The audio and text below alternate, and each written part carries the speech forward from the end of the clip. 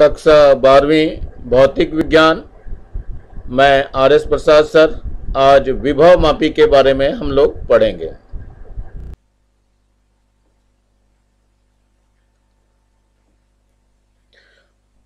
विभव मापी यह एक ऐसी युक्ति है जिसके द्वारा दिए गए सेल का विद्युत वाहक बल मापा जाता है तथा दो सेलों के विद्युत वाहक बलों की तुलना की जाती है, या किसी दिए हुए सेल का हम आंतरिक प्रतिरोध ज्ञात करने के लिए इसका प्रयोग करते हैं।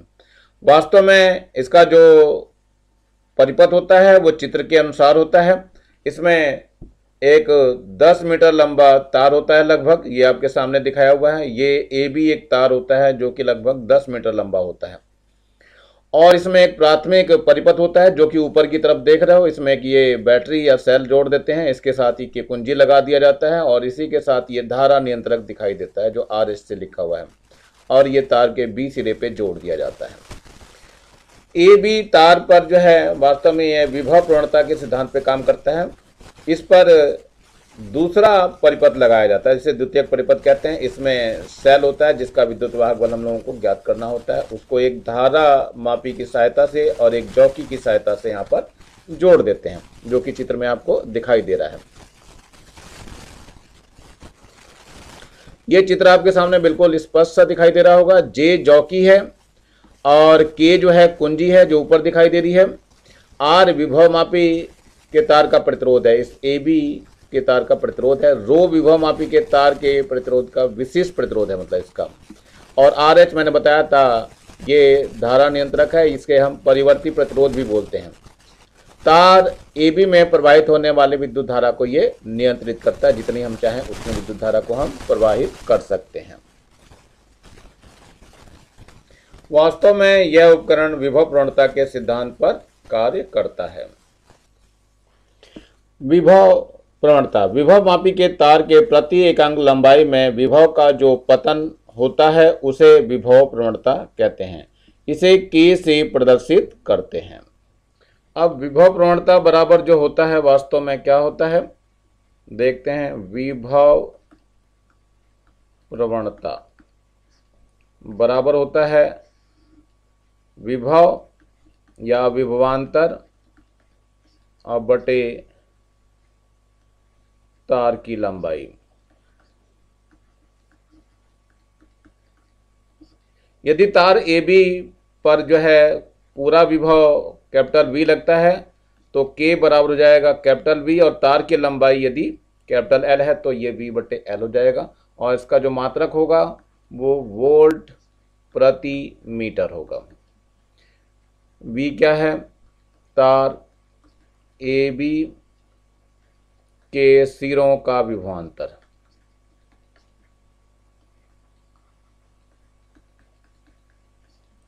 और कैपिटल L तार AB की लंबाई।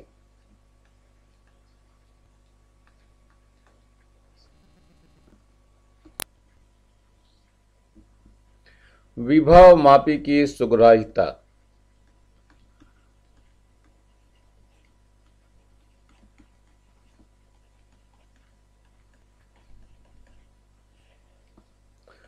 उसके विभव प्रवणता के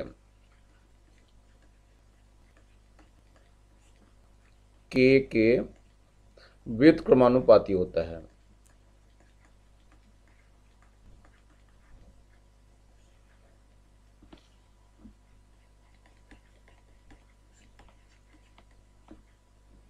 इसका मतलब सुग्राह्यता का जो सूत्र होगा, विभव मापी की सुग्राह्यता 1/K के समानुपाती होगी। इन पे प्रश्न वगैरह करने के काम में आएगा आपको।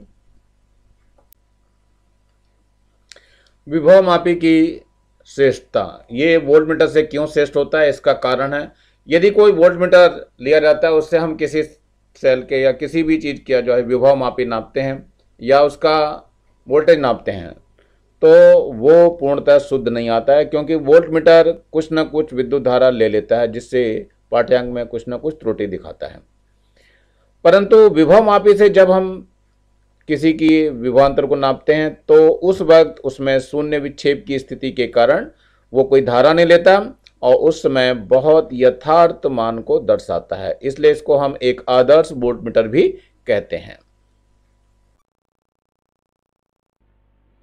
विभव मापी के उपयोग, सबसे पहला उपयोग ले रहे हैं किसी सेल का विद्युत वाहक बल ई ज्ञात करना। किस प्रकार से ज्ञात करते हैं, ये विभव मापी का तार है, जो तार जो है ए बी है। ए बी में पहले प्राथमिक परिपथ जोड़ते हैं जो ऊपर की तरफ होता है, एक बैटरी द्वारा और एक कुंजी द्वारा, और साथ में धारा नियंत्रक लगा के जोड़ देते हैं। और इसमें ये जिस सेल का विद्युत वाहक बल निकालना होता है उसे हम यहाँ पर जोड़ देते हैं, और यहाँ पर एक जॉकी की सहायता से जो है नल पॉइंट ज्ञात करने की कोशिश। अविक्षेप स्थिति, मान लिया यहाँ पर अगर आते हैं तो ये विक्षेप जो है धारामापी में वो मान लो इधर को आता है, लेफ्ट हैंड साइड को, और यदि इधर चले जाते हैं तो वो राइट हैंड साइड को जाता है। तो एक ऐसी स्थिति ढूंढते हैं जहाँ पर इसमें विक्षेप उत्पन्न ना हो। तो यहाँ पे टच करके देखते हैं, इस जगह पे विक्षेप की अविक्षेप स्थिति उत्पन्न होती है। इस वक्त इसकी लंबाई L को नोट कर लेते हैं। यदि अविक्षेप की स्थिति पर लंबाई स्मॉल l प्राप्त होती है तो सेल का विद्युत वाहक बल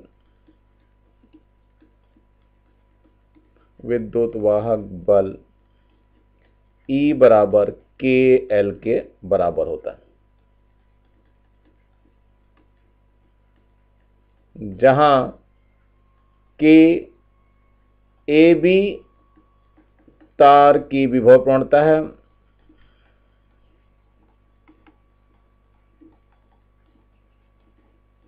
तथा E सेल का विद्युत वाहक बल है। इस प्रकार हम इस सेल का विद्युत वाहक बल ज्ञात कर लेते हैं। दूसरा उपयोग है दो सेलों के विद्युत वाहक बलों की तुलना करना। माना सेल हैं E1 व E2, इनके विद्युत वाहक बल हैं और इनके संतुलन की लंबाइयां L1 व L2 आती हैं। पहले इस परिपथ को समझ लेते हैं। ये परिपथ में तार AB है, AB पे एक प्राथमिक परिपथ रहता है जिसमें एक सेल या बैटरी द्वारा जोड़ दिया जाता है और ये कुंजी के इसमें जोड़ दी जाती है और ये धारा नियंत्रक होता है। ये तो प्राथमिक हमें परिपथ लगाना पड़ता है। द्वितीयक परिपथ में यहाँ नीचे की तरफ दिखाई दे रहा है, इसमें पहले सेल को यहाँ लगा रखा है और यहाँ से जोड़ते हुए चले गए, धारा मापी की सहायता से यहाँ अविक्षेप स्थिति ज्ञात करते हैं। और यहाँ पे दूसरा सेल लगा रखा है, जब इसके नॉब को इधर घुमा देंगे तो इसका परिपथ यहाँ से जुड़ जाएगा और उस वक्त धारा मापी की सहायता से अविक्षेप की स्थितियां प्राप्त करेंगे।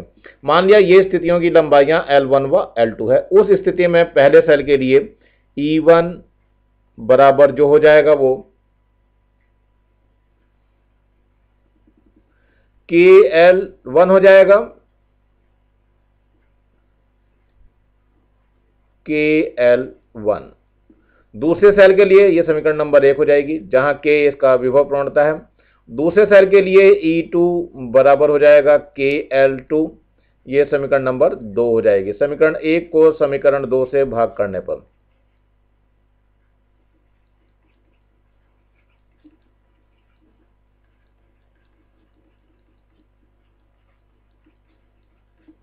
अब क्या हो जाएगा, E1 बटे E2 हो जाएगा और बराबर KL1 बटे KL2, जहां K मैंने बताया था आपको तार के विभव प्रवणता, ये K से K कट जाएगा तो E1 बटे E2 बराबर L1 बटे L2। ये L1 L2 जो हमने ज्ञात कर ही लिया था और उससे हम प्राप्त कर लेंगे। अब इसकी टेबल कैसे बनती है वो नीचे मैं बना करके दिखा रहा हूँ। ये एक टेबल आपको बनानी है, इसके साथ ही क्रमांक लिखा होगा, क्रमांक में 1 2 3 करके लिखना है।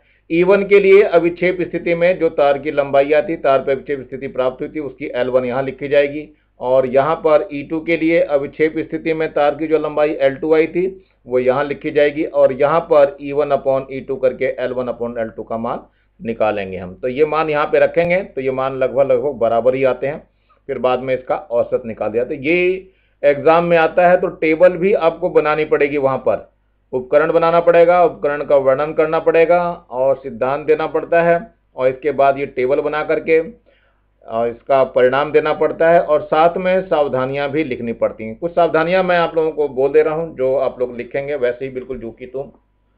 नंबर 1 सावधानी है, सभी पेंच व प्लग को ठीक से कसेंगे। नंबर 2 पे है, संचायक सेल के विद्युत वाहक बल को प्रत्येक प्रायोगिक सेल के विद्युत वाहक बल से अधिक होना चाहिए, अन्यथा संतुलन बिंदु प्राप्त नहीं होगा। नंबर अगला, सभी सेलों के धन सिरे को एक ही सिरे से जोड़ना चाहिए, अन्यथा संतुलन बिंदु प्राप्त नहीं होगा। नेक्स्ट नंबर है, धारामापी के साथ संड का प्रयोग करना चाहिए तथा संतुलन बिंदु के समीप इसे हटा लेना चाहिए। तार में विद्युत धारा तभी प्रवाहित करनी चाहिए जबकि प्रेक्षण ले रहे हों, अन्यथा तार के गर्म होने से प्रतिरोध का मान बढ़ता है।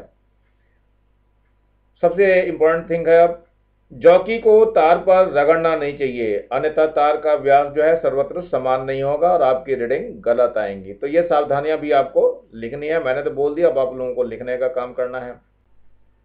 प्राथमिक सेल का आंतरिक प्रतिरोध ज्ञात करना, यानी हम सेल जो ले रहे हैं इसका हमें आंतरिक प्रतिरोध इसकी सहायता से ज्ञात करना है। यदि हम साधारण तौर से ये लगाते हैं सेल को एक आर प्रतिरोध के उसमें सीरीज में, तो इसका विद्युत वाहक बल और ये आंतरिक प्रतिरोध को इसमें दिखा रखा करंट आई प्राप्त होती है। इसी करंट आई को यहाँ पे विफल करते हैं विभव मापी के साथ, जिससे इसमें अविक्षेप स्थिति प्राप्त होती है। तो करना क्या है, शुरू में आपने सेल लगाया, सेल लगाने के बाद इसकी अविक्षेप स्थिति प्राप्त करते हैं जो कि हमें L1 प्राप्त होती है। यहाँ पे दिखाया हुआ है प्राथमिक सेल में द्वितीयक परिपथ की कुंजी K1 जो नीचे वाली है, ये कुंजी हमारी K1 है। इसको खुला रखते हैं तथा लंबाई L1 प्राप्त करते हैं। इसको खुला रखने से ये प्रतिरोध बॉक्स जो है वो काम नहीं आता है, मतलब यहाँ का प्रतिरोध काम नहीं आएगा, केवल सेल ही इसमें प्रयुक्त होता है और इसके विद्युत वाहक बल को ही नापेगा। इस स्थिति में ई खुले परिपथ में है तथा इसका विद्युत वाहक बल L1 लंबाई पे संतुलित हो जाता है। इससे E बराबर KL1 आ जाएगा, यहां पर K लिखेंगे आप। अब कुंजी K1 को बंद कर देते हैं और सेल E परिपथ में आ जाता है। तो क्या करते हैं, प्रतिरोध बक्स से R ओम का प्रतिरोध भी निकाल देते हैं और ऊपर वाली विधि फिर से दोहराते हैं, जिससे विभवांतर V का संतुलन प्राप्त होता है। यानी कि अब जो है इस तार के सिरों का जो विभवांतर प्रतिरोध बक्स के सिरों से जो प्रतिरोध निकाला है इसमें से, उसका मान यहाँ पे आता है और मान लिया वो लंबाई L2 है। तो उस स्थिति में V बराबर KL2 हो जाएगा, यहाँ K लिखा हुआ है। अब समीकरण 1 और 2 से, समीकरण 1 व 2 से क्या प्राप्त होगा, इनको भाग कर देंगे तो E अपॉन V का मान प्राप्त होगा। E अपॉन V बराबर क्या हो जाएगा, KL1 होगा और यहाँ पर KL2 होगा। तो K और K कट जाएंगे तो E अपॉन V का मान जो है वो L1 बटे L2 हो जाएगा। ये समीकरण नंबर आपकी 3 होगी। लेसन के शुरू में ही मैंने I बराबर E upon small r plus capital R बताया था। अब इसकी इधर ब्रज गुणा कर दीजिए तो I और इनटू में R प्लस कैपिटल R हो जाएगा बराबर E आ जाएगा। तो इसके अंदर गुणा कर दीजिए तो IR हो जाएगा प्लस IR हो जाएगा और बराबर E हो जाएगा। इसमें क्या हुआ, V का मान जो है वो IR के बराबर है, रख दीजिए इसमें, तो I स्मॉल r प्लस का V बराबर E हो जाएगा। अब V को उधर भेज देते हैं तो IR बराबर हो जाएगा E माइनस V। इस समीकरण को V से भाग कर दीजिए तो IR बटे में V हो जाएगा बराबर E माइनस V बटे V हो जाएगा। V से भाग कर दिया हमने। अब यहाँ V का मान IR रख दीजिए फिर से, तो IR ये हो जाएगा I कैपिटल R हो जाएगा और यहाँ पर क्या हुआ, E अपॉन V हो जाएगा और माइनस V अपॉन V हो जाएगा। यहाँ V से V कट जाएगा और 1 आ जाएगा, तो यहाँ I से I कट जाएगा।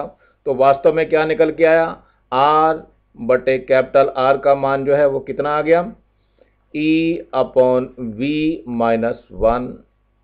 अब इस R की तरफ गुणा कर देंगे तो स्मॉल r बराबर कैपिटल R हो जाएगा और E अपॉन V माइनस 1 हो जाएगा। ये समीकरण नंबर हो गई 4। अब समीकरण 3 आपके सामने यहाँ दिखाई दे रही है, E अपॉन V का मान और यहाँ पर भी E अपॉन V का मान। ये मान समीकरण 3 से हम रख देंगे। तो समीकरण 3 से E अपॉन V का मान समीकरण 4 में रखने पर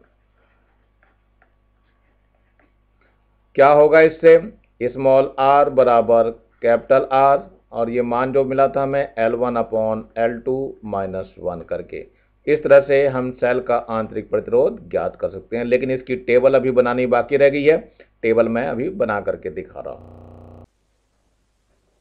प्रेक्षण सारणी कुछ इस प्रकार बनानी है, जैसे नंबर 1 क्रमांक है, इसका क्रमांक में 1 2 3 डालेंगे आप। एग्जाम में भी ये टेबल आपको बनानी पड़ेगी पूरी। सबसे पहले इसमें आता है बाह्य प्रतिरोध R, जहां प्रतिरोध बॉक्स से जो मान निकाला था जितने ओम का, वो ओम यहां लिखा जाएगा आपका। इसके बाद विद्युत वाहक बल E के लिए संतुलन बिंदु की दूरी जो L1 निकाली गई थी वो यहाँ इन दोनों जगहों पर निकाली गई, मतलब यहाँ लिखी जाएंगी इसी में। और विभवांतर V के लिए कब है? जब हमने प्रतिरोध बॉक्स से R ओम का प्रतिरोध निकाल लिया है, उस वक्त जो संतुलन बिंदु की दूरी आएगी वो V के लिए होती है, और वो यहाँ पे लिखा जाएगी, वो की L2 होगी। अब क्या करेंगे? स्मॉल r के सूत्र में स्मॉल r बराबर r और ब्रैकेट में L1 और बटे L2 - 1 में मान रख करके उसको कैलकुलेट करेंगे। कैलकुलेट करने के बाद जो भी आएगा वो मान यहाँ पर लिख दिया जाएगा। इस प्रकार इसका औसत निकाल लेंगे तो परिणाम में इसका आ जाएगा, परिणाम का लिख लेंगे आप लोग।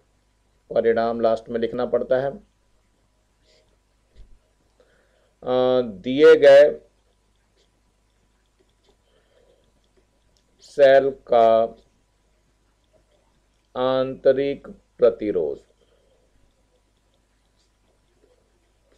जो भी होगा उतने ओम लिख देंगे।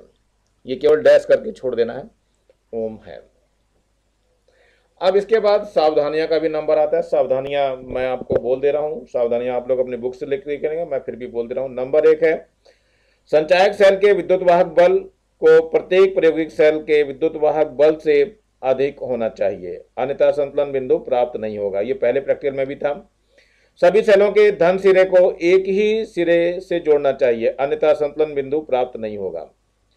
धारामापी के साथ शंट का प्रयोग करना चाहिए तथा संतुलन बिंदु के समीप होते ही इसको हटा लेते हैं, यानी शंट को हटा लिया जाएगा। तार में विद्युत धारा तभी प्रवाहित करनी चाहिए जबकि प्रेक्षण ले रहे हों, अन्यथा तार के गर्म होने से प्रतिरोध का मान बदल जाता है। जॉकी को तार पर रगड़कर नहीं चलाना चाहिए, अन्यथा तार का व्यास सर्वत्र एक नहीं रहेगा, घिस जाएगा तार थोड़ा, इसलिए नहीं रगड़ते हैं उस पर। और सभी पेंच व प्लग ठीक से कसे हुए होने चाहिए। इस प्रकार आपका ये प्रैक्टिकल समाप्त होता है। वोल्टमीटर व विभव मापी में क्या अंतर है ये अब आपको बताया जा रहा है। ये टेबल आपको अच्छे से याद करनी है, ये भी बहुत ज़्यादा पूछा जाता है एग्जाम में। नंबर 1 में इसका प्रतिरोध, ये वोल्टमीटर है, इसका प्रतिरोध उच्च किंतु निश्चित होता है। वोल्टमीटर में हमेशा निश्चित प्रतिरोध लगा रहता है, लेकिन उच्च प्रतिरोध लगा रहता है, अनंत नहीं होता है किसी भी दशा में। विभव मापी में क्या होता है? इसका प्रतिरोध उच्च तथा अनंत होता है। इसमें निश्चित होता है, इसमें अनंत होता है। चलिए देखते हैं। नंबर 2 है विद्युत वाहक बल स्रोत से कुछ धारा इसमें होकर बहती है, लेकिन विद्युत वाहक बल स्रोत से कोई धारा इसमें से होकर नहीं बहती है, क्योंकि अविक्षेप स्थिति दर्शाता है। नंबर 3 में इसके भाग द्वारा मापा गया विभवांतर वास्तविक विभवांतर से कुछ कम होता है, जबकि इसके द्वारा मापा गया वास्तविक विभवांतर के बराबर होता है, क्योंकि कोई विद्युत धारा ये नहीं लेता है। नंबर 4 में इसकी सुग्राह्यता कम होती है, इसकी सुग्राह्यता बहुत ज्यादा होती है। यह एक बहु उपयोगी यंत्र है, यह केवल विद्युत वाहक बल या विभवांतर मापता है। यह विक्षेप विधि पर आधारित है, यह शून्य विक्षेप विधि पर आधारित है। अर्थात ये अंतर आप लोगों को भली प्रकार से याद करना है, एग्जाम में बहुत पूछा जाता है। नीट के एग्जाम में या पीईटी के एग्जाम में जो है एक क्वेश्चन जो भी दिया जाता है, इस तरह का कुछ बहुविकल्पी क्वेश्चन होता है, और इसमें छोटी छोटी ट्रिक्स को बता करके बहुत जल्दी इसको हल कराया जाता है। मैंने इस पर बहुत सारी वीडियो बना रखी है, लेकिन अभी वीडियो मेरी ओपन नहीं हो पा रही है। एक आधी वीडियो आपके सामने ये दे रहा हूँ मैं। चलते हैं। ये दिया हुआ है 7 प्रतिरोधों को चित्र में दिखाए अनुसार से जोड़ा गया है। ए और बी के बीच में तुल्य प्रतिरोध बताना है। ये बिंदु ए है और ये बी है। इसमें 7 प्रतिरोध आपको दिखाई दे रहे हैं, अलग अलग जोड़े गए हैं। अब इनको टेक्निकली कैसे सॉल्व करते हैं कि जल्दी से सॉल्व हो जाए? वैसे तो सॉल्व करने में बहुत टाइम लगेगा, हो सकता है छोड़ भी दिया जाए इसको, लेकिन नहीं। सबसे पहले इस प्रतिरोध को लेते हैं। ये देखो 10-10 ओम के हैं, ये इसका समांतर क्रम में जोड़ेंगे तो ये आधा हो जाएगा, ठीक। 10-10 का समांतर क्रम में 5 ओम, 1/10 प्लस 1/10 से निकालते हैं 5 ओम हो जाएगा। तो इसका एक बन गया। ऐसे यहाँ पर ये 6 ओम के थे, यानी ये वाले 6 ओम के, ये भी समांतर क्रम में है, तो 1/6 प्लस 1/6 2/6 यानी 1/3 हो जाएगा, तो 3 ओम इसका आ जाएगा प्रतिरोध। तो 3 ओम इसका हो गया और 5 ओम इसका हो गया। तो ये 5 ओम मैंने यहाँ लिख दिया है और 3 ओम इसका यहाँ लिख दिया है, बाकी सब वैसे लगे हुए हैं। अब ये पूरा का पूरा संयोजन जो है हमारा इस चित्र के अनुसार है, ये जो कि व्हीटस्टोन सेतु का सिद्धांत है। इस सिद्धांत में क्या होता है कि अगर P/Q बराबर R/S है तो बीच वाले में कोई धारा नहीं बहती है। तो बिल्कुल वैसे ही देखिए, यहाँ पे 5 और यहाँ पे 3 है, तो 5/3 हो गया, इधर से भी 5/3 हो गया, अर्थात दोनों बराबर हो गए। अब इस 8 ओम के प्रतिरोध में धारा नहीं बहेगी, अर्थात इसका यहाँ होने का कोई महत्व नहीं है।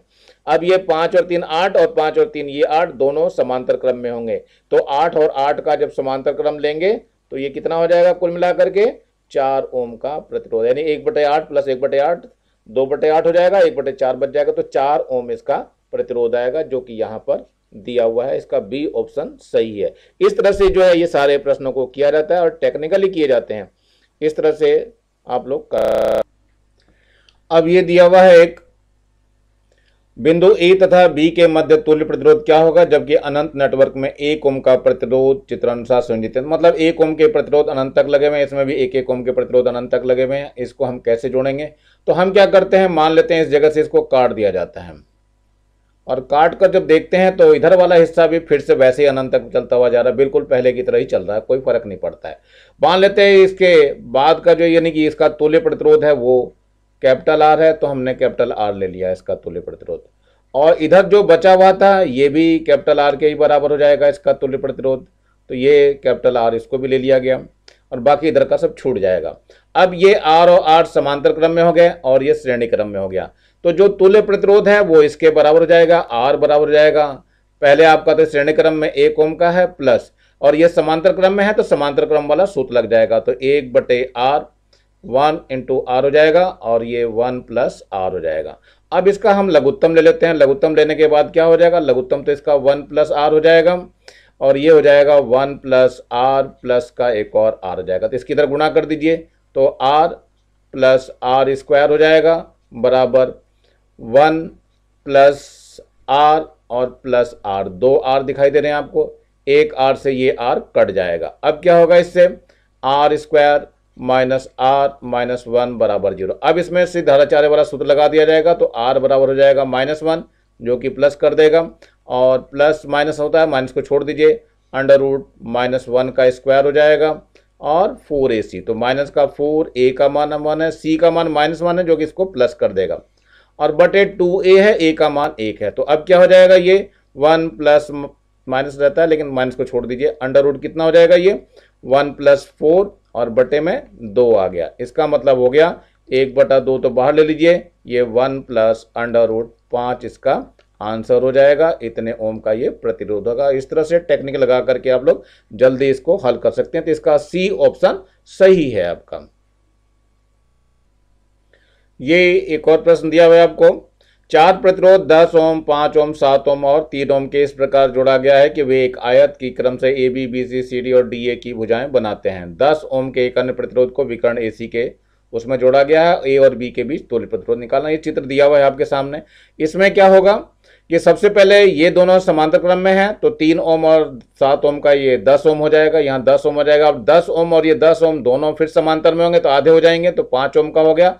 अब ये 5 ओम फिर हो गया, 5 और 5 10 ओम हो जाएगा, श्रेणी क्रम में है, तो 10 होने के बाद ये दोनों के दोनों समांतर क्रम में हो जाएंगे। तो 10 और 10 जब समांतर क्रम में होंगे तो इनका प्रतिरोध कितना हो जाएगा, 5 ओम हो जाएगा। तो इसका विकल्प जो है बी वाला सही है। इस तरह के प्रश्न आपके नीट में या पीटी वगैरह में आते हैं जो कि आप लोगों को हल करने होते हैं और टेक्निकली हल करने होते हैं। ये एक और चित्र दिया हुआ है, इसमें 4 ओम का प्रतिरोध 5 मीटर लंबा है। ये 5 मीटर लंबा 4 ओम का प्रतिरोध है और ये 4 ओम का प्रतिरोध है, ये और 5 मीटर लंबा तार है। देखते हैं क्या कर रखा। तार एक श्रेणी क्रम में जोड़ करके एक सेल से संबंधित किया गया जिसका विद्युत वाहक बल 10 वोल्ट है। ये 10 वोल्ट का एक विद्युत वाहक बल दिया हुआ है और इसका आंतरिक प्रतिरोध भी दे रखा है, 1 ओम है इसका। अब 2 समान सेलों का समांतर क्रम संयोजन इस तार से 300 सेंटीमीटर पे संतुलित होता है। मतलब ये जो 2 संयोजन दे रखा है इसका 300 सेंटीमीटर पे ये संतुलित होता है। मतलब ये दूरी जो है इन्होंने 3 मीटर दे रखी है। तो हमें प्रत्येक का विद्युत वाहक बल ज्ञात करना है। चलो देखते हैं पहले क्या हो रहा है ये। पहले शुरुआत में हम तार की विभव प्रवणता निकालने की कोशिश करेंगे। तो इसमें देखो प्रतिरोध वास्तव में कितना हुआ, 4 ओम का ये हो गया, 1 ओम का ये हो गया और 5 ओम का ये हो गया। तो 4 और 1 5, 5 हो गया और 5 ये 10 ओम का। तो टोटल प्रतिरोध जो हो गया वास्तव में 10 ओम हो गया है। वोल्टेज भी आपकी 10 ही वोल्ट है। तो आई निकल जाएगी, आई बराबर V अपॉन आर हो जाएगा, यानी 10/10 यानी 1 एम्पियर आ जाएगा। तो ये जो तार था आपका, तार की जो लंबाई थी वास्तव में 5 मीटर थी। तो इसमें पहले इस तार का ही विभवांतर निकाल लीजिए। तार का V बराबर आई आर हो जाएगा। तो आई तो 1 हो गया, आर इसका कितना है, 5 ओम है इसका। तो कुल मिलाकर के ये 5 वोल्ट हो जाएगा। तो विभव प्रवणता कितनी हो जाएगी, के होता है V अपॉन एल। V कितना है हमारे पास, 5 वोल्ट आया है और तार की जो लंबाई है वास्तव में 5 मीटर है। तो ये 1 आ गया। तो अब इसके बाद जो है क्या करेंगे, हमें संतुलन निकालना है। तो E बराबर के एल होता है। तो के का मान 1 आ गया और एल का मान कितना है हमारे पास, 3 मीटर है। तो कुल मिलाकर के ये 3 वोल्ट होगा और यही 3 वोल्ट बी इसका आंसर है, जो कि हो जाएगा आपका। एक और प्रश्न दिया हुआ है, एक विभवमापी पे समरूप विभव प्रवणता है। दो सेलों को श्रेणी क्रम में इस प्रकार जोड़ा जाता है कि व्यवस्था में दोनों एक दूसरे की सहायता करते हैं और दूसरी अवस्था में एक दूसरे का विरोध करते हैं। इन संयोजनों का संतुलन विभवमापी तार पर क्रमशः 6 मीटर तथा 2 मीटर लंबाइयों पर प्राप्त होता है। दोनों सेलों के विद्युत वाहक बल का अनुपात बताना है। चलिए देखिए, जब ये दोनों एक दूसरे की सहायता करेंगे, इसका मतलब ये दोनों का विद्युत वाहक बल जुड़ जाएगा, E1 + E2 हो जाएगा। और इसका मान जो है विभव प्रवणता यदि K है तो K × 6 हो जाएगा। ऐसे ही दूसरी बार में जब ये एक दूसरे का विरोध करते हैं, तो मान लिया E1 बड़ा है तो E1 - E2 बराबर हो जाएगा K × इसका जो होता है केवल 2 मीटर लंबाई पर है, ये 2 मीटर दिया हुआ है और ये 6 मीटर दिया हुआ है। तो ये दोनों समीकरण बन जाती है। दोनों को हम डिवाइड कर देंगे। जब डिवाइड करेंगे तो देखते हैं क्या हाल होता है। K से K कट जाएगा और ये आ जाएगा E1 + E2 और बटे में E1 - E2। और ये कितना हो गया, काट देंगे तो ये 2 × 2 हो जाएगा और 2 × 3 = 6 हो जाएगा। ये आ जाएगा 3/2। अब इसमें 3/1 आएगा। इसमें योगांतर अनुपात का नियम लगा देते हैं। मतलब क्या हो जाएगा, ये E1 + E2 + E1 - E2 योगांतर योग हो गया। अब अंतर वाला यहाँ ले लेंगे, E1 + E2 - E1 + E2 और यहाँ क्या हो जाएगा, 3 + 1 हो जाएगा और 3 - 1 हो जाएगा। ऊपर E2 कट जाएंगे, नीचे E1 और E1 कट जाएंगे। तो कुल मिलाकर के ऊपर आ जाएगा 2E1 और नीचे आ जाएगा 2E2। 2 से 2 कट जाएगा और यहाँ पे कितना हो जाएगा, 4/2 हो जाएगा। 2 × 2, 2 दूनी 4 यानी 2/1 हो जाएगा। 2 और 1 का अनुपात, यानी इसका डी ऑप्शन सही है। इस तरह से नीट के जो प्रश्न होते हैं, टेक्निकल हैंड होते हैं, इनको आसानी से हल किए जा सकते हैं। ये एक और प्रश्न दिया हुआ है, दिए गए परिपथ में बी और सी के बीच का विभवांतर 40 सेंटीमीटर लंबाई पर संतुलित होता है। सी और डी के बीच विभवांतर को संतुलित करने के लिए जॉकी को कहाँ संपर्कित करना चाहिए। चलिए देखते हैं इसको कैसे हल करेंगे। ये जो लंबाई दी हुई है, मान लीजिए ये लंबाई L1 है और ये जो दो प्रतिरोध है, इनका तुल्य प्रतिरोध जो निकालेंगे वो R1 मान लीजिए। तो ये R1 आपका कितना आ जाएगा, 5 ओम आ जाएगा। समांतर क्रम में इसलिए इधर जो वाला जो प्रतिरोध है वो R2 मान लीजिए, ये 4 ओम का ही दिया हुआ है आपका। और ये लंबाई L1 है, ये वाली लंबाई हमें L2 निकालनी है। आपको अच्छी तरह से पता है कि ये जो लंबाइयां आती हैं ये प्रतिरोधों के अनुपात में ही आएंगी। तो क्या हो जाएगा, R1/R2 का जो मान है वो L1/L2 के बराबर हो जाएगा। R1 का मान धर दीजिए 5 है, R2 का मान कितना है, 4 है और L1 का मान जो आया है 40 आया है और L2 का मान हमें निकालना है। तो L2 बराबर हो जाएगा 40 × 4/5। तो 5 × 8 = 40 और 8 × 4 = 32 सेंटीमीटर पे ये होगा। ये इसका आंसर हो गया। इसका मतलब पहला ऑप्शन इसका सही है। यदि मेरा चैनल अच्छा लगा हो तो उसको लाइक करें, सब्सक्राइब करें और शेयर करें। Thank you. Have a nice day.